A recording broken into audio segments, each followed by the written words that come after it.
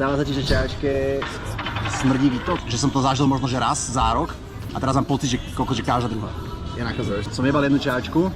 By som dala dole. Poviem ti povedať, ktorú, keď vypnem kameru. Už sa začínam báť. A dostal som od nej, že 2 pohlavné choroby, alebo 3. Proste, že úplne, že full package som od nej dostal. No mne sa zdá, že je to každým rokom v Bratislave horšie a horšie s týmito STDs. Aj Bratislava City, pozor. A povedala mi, že ten týždeň jebala aj teba, aj Krištofa. Tento muž je taký pekný, že ja by som mu vylízala nohy. Tak sme si ich potom podelili všetci traja. Vyzerá to tak, takže nemal si veľa týchto problémov. Lebo akože ja som mal, lebo to nie je moja chyba, nie som akože nejaký, že by som nebol v Pentagone, ale ja mám pocit, že Bratislava je tak rozšírené, kamo, že ja mám pocit, že ja som mal 10 krát niečo. Ľudí more s pohľavnými chorobami, držte sa do piče odo mňa ďalej. Ide tam, aby si akože zatrtkala. Nech si tu šerujú kľudne choroby dokola. Je to tu taká králikáreň.